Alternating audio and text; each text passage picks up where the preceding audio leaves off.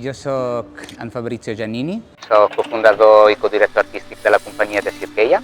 Jo sóc l'Armando, sóc el seu marit artístic des de fa 23 anys. I des de fa 15, bueno, 16 quasi, ens hem llançat a l'aventura de la companyia de Cirqueia, conjuntament també amb la Francesca Alicia i Celso Pereira. Estem en procés de la nostra 7ª creació. El que ens caracteritza, nosaltres l'anomenem circ humà, que és una mica donar importància i valor a l'aspecte humà dins de les arts del circ i fugir una mica del superhumisme i de les acrobàcies magnífiques que es poden fer, sinó anar tocant també parts una miqueta més relacionals.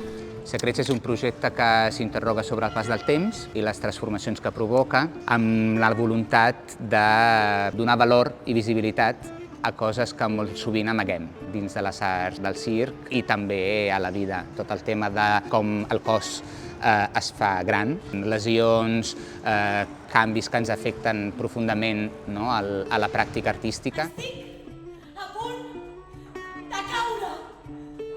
Un altre eix segurament és la relació del pas del temps amb la societat, no? amb tots els temps que vivim, on contínuament ens ofereixen eines per tenir més temps, però que en realitat ens ocupem aquest temps encara de més coses i sempre tenim la sensació que no arribem mai o de que no hem fet mai res en un dia i en canvi sí que hem fet moltíssimes coses. No? I el tercer eix és una mica en relació a les etapes de la vida. Com a persona tens un recorregut i tens uns anys i llavors en una edat has d'estar casat o casada, has de tenir fills i tot això, no? Fins a quin punt això afecta com funciona la societat i com reaccionem en això.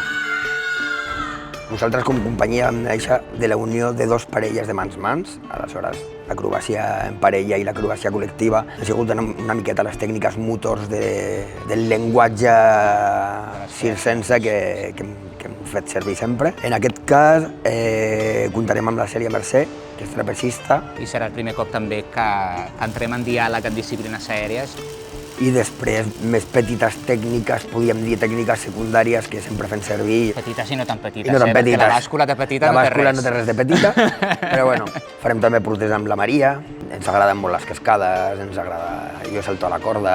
Hem fet un espectacle de maleta i avió, d'unes 2 tones i mitja d'escenografia, més o menys, perquè nosaltres hem considerat sempre, a totes les nostres creacions, l'escenografia la considerem com un personatge més. Ens agrada també molt treballar amb ferro i fusta, que són dos materials amb els que hem estat units sempre. I bueno, en aquesta ocasió tindrem un terra de 8x8, que sembla que és només que de fusta i que està ple de cosetes. La idea és sempre integrar el concepte escenogràfic i la relació subjecte-objecte en tot el discurs dramatúrgic de la peça i llavors realment també que siguin elements que ens ajudin a expressar una mica les temàtiques de l'espectacle. En aquest cas sí que n'hi haurà un cercle giratori que evidentment simbolitza el pas del temps i a nivell de vestuari per aquesta creació sí que comptarem amb la Rosa Soler, que és per nosaltres una eminència del vestuarisme i que treballa molt amb circ i sí que tot el treball d'investigació que estem fent clar, és paral·lel al treball que està fent ella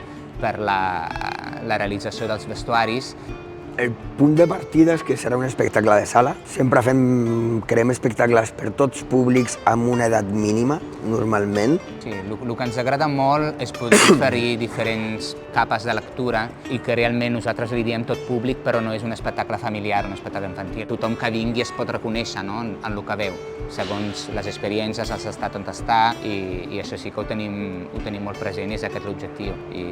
I potser que, com en diverses ocasions també ho hem fet, que també elaborarem una versió de carrer. El nom ve una mica d'aquesta voluntat de desvelar o de posar en valor coses que normalment no es veuen. No? Tenim una pista d'investigació, per exemple, que és amb proteccions que utilitzem els acròbates, les faixes per l'esquena o genolleres, i d'aquestes que normalment això no es veu, perquè justament hem de fer acrobàcia i somos fuertes i belles i tot. No? I donar-li una importància i realment posar-ho a sobre de l'escenari ens semblava interessant. I per això es diu Secrets. Clar, és una paraula molt suggerent i amb moltes significacions i molt potent, podríem dir-ho, però també no la volíem abordar des d'un punt de vista molt literal. No ens contarem secrets en escena ni desvelarem cap secret, és només com una manera més de compartir a un altre nivell coses que normalment són una mica tabú, entre cometes, no? O que això no és molt costum d'ensenyar. No? És més per la part de mostrar la fragilitat, no? Que no pas en si com dir un secret.